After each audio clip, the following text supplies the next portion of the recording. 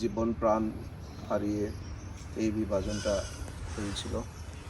আজকে ধর্মটাকে অ্যাফিলিয়েশন বা কেন্দ্র করে মোহাম্মদ আলী জিনা উনি ডিমান্ড করছে ওই মোতাবেক ধর্মকে ভিত্তি করে বিভাজন হয়েছে। এখন আমরা যে প্রেজেন্টলি বর্তমানে ইন্ডিয়া যে আছে, এখনও জিওগ্রাফিক্যালি বিভাজন নাই, কিন্তু মানুষের জীবনের মধ্যে বিভাজন রয়েছে। এই কারণে মারামারি, কোনো একটা মন্দিরকে বা চার্চকে বা মসজিদকে হামলা করে, এই ধরনের কিছু কিছু নিউজ পেপারে আমরা বা খবর শুনবার মতো আমরা পাই। এটা কিতা আমরা বলতে গেলে জিওগ্রাফিক্যালি বিভাজনটা নাই, কিন্তু আমাদের মনের মধ্যে বিভাজনটা এখনও রয়েছে।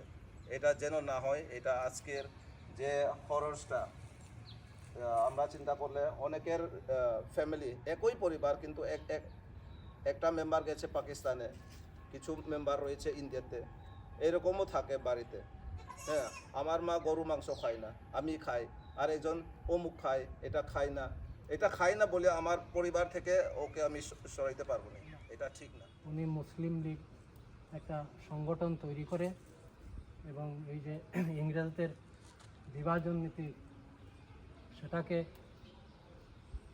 ফলপ্রসূ করার জন্য এবং ইংরেজদের সংকীর্ণ মানসিকতার যে চিন্তাধারা সেটাকে বাস্তবায়ন করার জন্য এই ভারতবর্ষ পার্টিশনের ভিত্তিতে পরবর্তীকালে ভারত স্বাধীন হয়েছিল। পরবর্তীকালে আমরা দেখি যে রাষ্ট্র, নতুন করে রাষ্ট্র গঠিত হচ্ছে, পূর্ব পাকিস্তান, তারপরে পাকিস্তান, তারপরে ভারত। আমার যেটা বক্তব্য সেটা হলো গিয়ে আমাদের সকলেরই ইতিহাস সম্পর্কে একটা ধারণা থাকতে হবে।